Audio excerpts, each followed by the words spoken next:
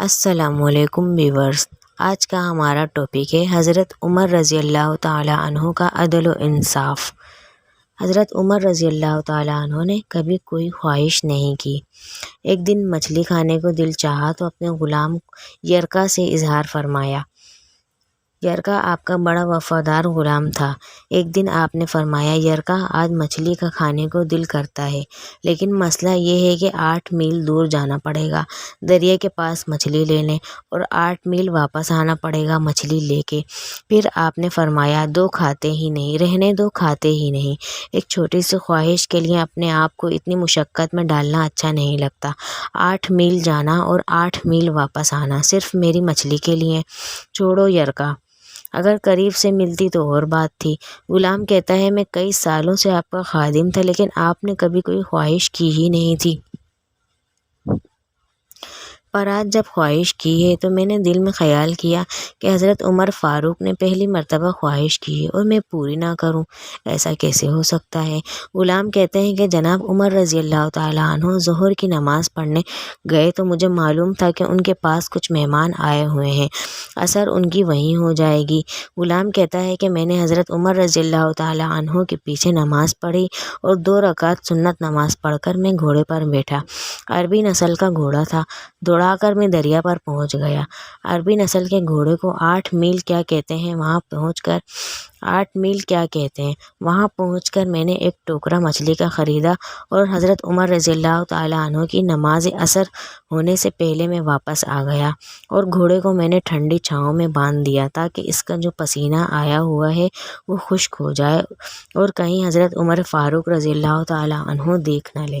غلام کہتا ہے کہ گھوڑے کا پسینہ تو خشک ہو گیا، پر پسینے کی وجہ سے گرد و غبار گھوڑے پر جم گیا تھا جو واضح نظر آ رہا تھا، تو گھوڑا کہیں سفر پر گیا ہوا تھا۔ پھر میں نے سوچا کہ حضرت عمر فاروق رضی اللہ تعالیٰ عنہ دیکھ نہ لے، پھر میں جلدی سے گھوڑے کو لے کر کنویں پر گیا اور اسے جلدی سے غسل کرایا اور اسے لا کر چھاؤں میں باندھ دیا۔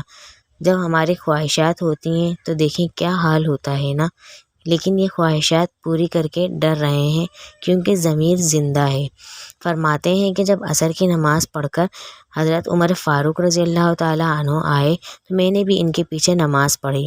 گھر آئے تو میں نے کہا، حضور، اللہ نے آپ کی خواہش پوری کر دی ہے، مچھلی کا بندوبست ہو گیا ہے اور بس تھوڑی دیر میں مچھلی پکا کر پیش کرتا ہوں۔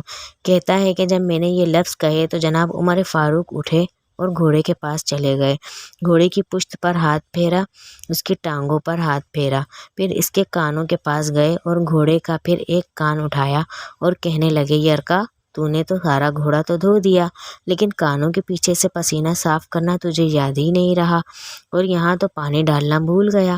حضرت عمر گھٹنوں کے بل زمین پر بیٹھ گئے اور کہنے لگے، او یار یرکا، ادھر آ، تیری وفا پہ مجھے کوئی شک نہیں، اور میں کوئی زیادہ نیک عام آدمی بھی نہیں ہوں، کوئی پرہیزگار بھی نہیں ہوں، میں تو دعائیں مانگتا ہوں، اللہ میری نیکیاں اور برائیاں برابر کر کے مجھے معاف کر دے۔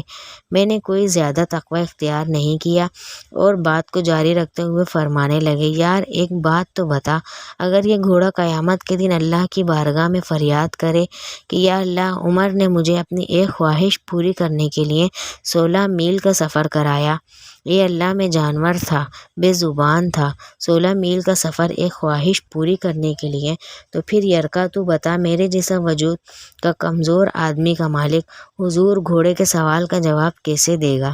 یرکا کہتا ہے کہ میں اپنے باپ کے فوت ہونے پر بھی اتنا نہیں رویا تھا جتنا آج رویا۔ میں تڑپ اٹھا کہ حضور، یہ والی سوچ، یہاں تک تو لوگ اپنے ملازم کو نیچا دکھا کر اپنا افسر ہونا ظاہر کر دیتے ہیں۔ غلام رونے لگا۔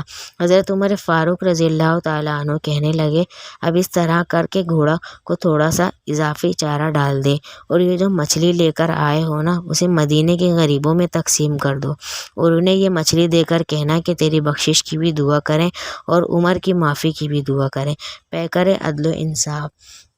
ویورز، آپ بتائیے حضرت عمر فاروق کا عدل و انصاف سن کر آپ کو کیسا لگا، اور مزید اچھی ویڈیوز کے لیے میری ویڈیوز کو لائک کیجیے، کمنٹ کیجیے، شیئر کیجیے، اور میرے چینل کو لازمی سبسکرائب کر لیجیے۔ Thanks for watching.